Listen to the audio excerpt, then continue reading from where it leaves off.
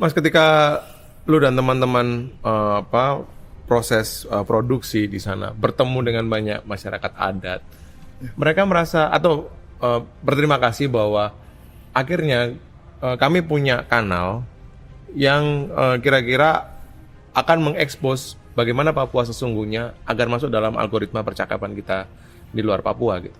Atau mereka justru resisten bahwa kita sudah 60 tahun, sudah banyak media asing datang, media juga meskipun dengan akses yang terbatas ya, meliput kami gitu, tapi juga nggak ada perubahan.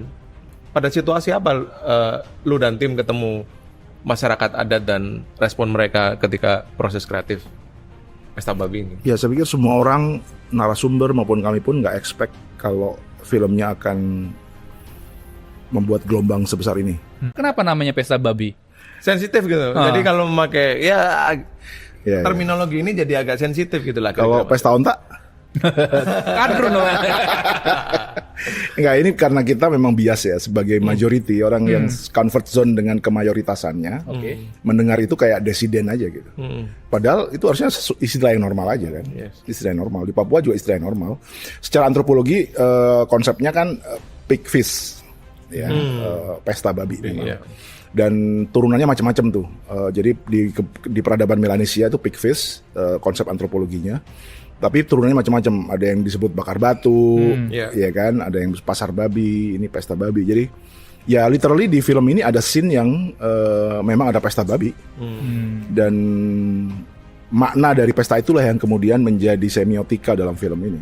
Ya kan? Mungkin orang juga udah lama nggak nonton yang long form, yang lebih fokus kontemplatif, ngasih layer by layer gitu kan. Selama ini orang mungkin scroll ya, cepat, konten pendek, persis konten pendek yang terserak gitu ya. Orang nggak punya fokus, nggak punya perspektif jadinya gitu kan. Impulsif aja untuk mengkonsumsi informasi dan kayak minum air laut, makin scroll makin kayak nggak dapat apa-apa gitu, kayak makin kurang. Garbage in, garbage out. Persis gitu. Jadi mungkin menemukan itu lagi gitu kan. Kemudian metode nobar. Sekarang juga Gen Z juga zero posting kan fenomenanya, ya kan, dia punya akun tapi nggak ada posting gitu kan, mereka cuma mantau-mantau gitu kan. Terus juga mungkin ada kejenuhan di interaksi digital kita yang isinya juga udah buzzer, ya kan, udah nggak organik gitu kan. Papua ini bukan jenis cerita yang bisa dapetin reach out gede. Betul, ya.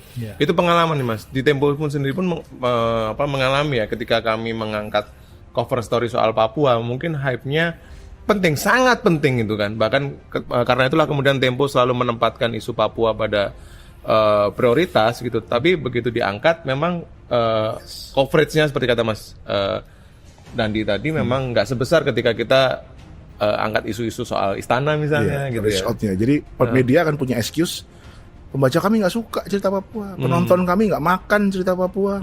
Akhirnya media nggak mau ngerjain. Ya. Ketiga, ngeliput Papua itu mahal banget. Iya kan? Ngeliput Papua itu mahal, liputan yang mahal sekali. Tiketnya udah bisa 14 juta kali. Daripada kita tergantung dengan impor BBM fosil, kita mending bikin dari BBM nabati atau bioetanol dan buka hutan, itu legit gitu. Yang di film ini kami tunjukkan bahwa nggak masuk akal, lu buka hutan, sumber pangan, lu buka hutan untuk lu jadiin bahan bakar yang dibakar di jalanan hanya untuk macet. Karena sistem transportasi kita nggak berubah. Kan hanya mengubah BBM fosil dari kendaraan pribadi ke BBM nabati, kendaraan pribadi yang sama.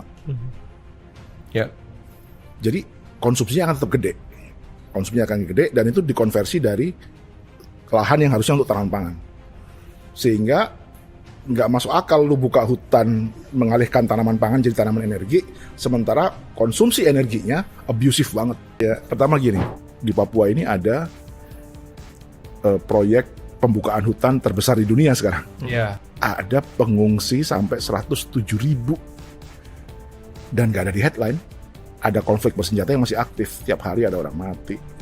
Lo melihatnya kenapa Mas minim coverage ini terjadi? Karena memang satu by design. Oleh desainnya? Ya siapa kira-kira yang bisa men-shutdown internet segede Papua gitu kan. Ya tentu ini adalah pintu masuk kembalinya militerisme Indonesia. Yes, persis. Karena militer Indonesia itu mendapatkan legitimasi besar justru dari Papua. Dan terbukti memang banyak militer yang secara terbuka bebarin nobar. Andri Yunus saja di depan banyak CCTV bisa disiram gitu. Apalagi di Papua yang nggak ada CCTV gitu.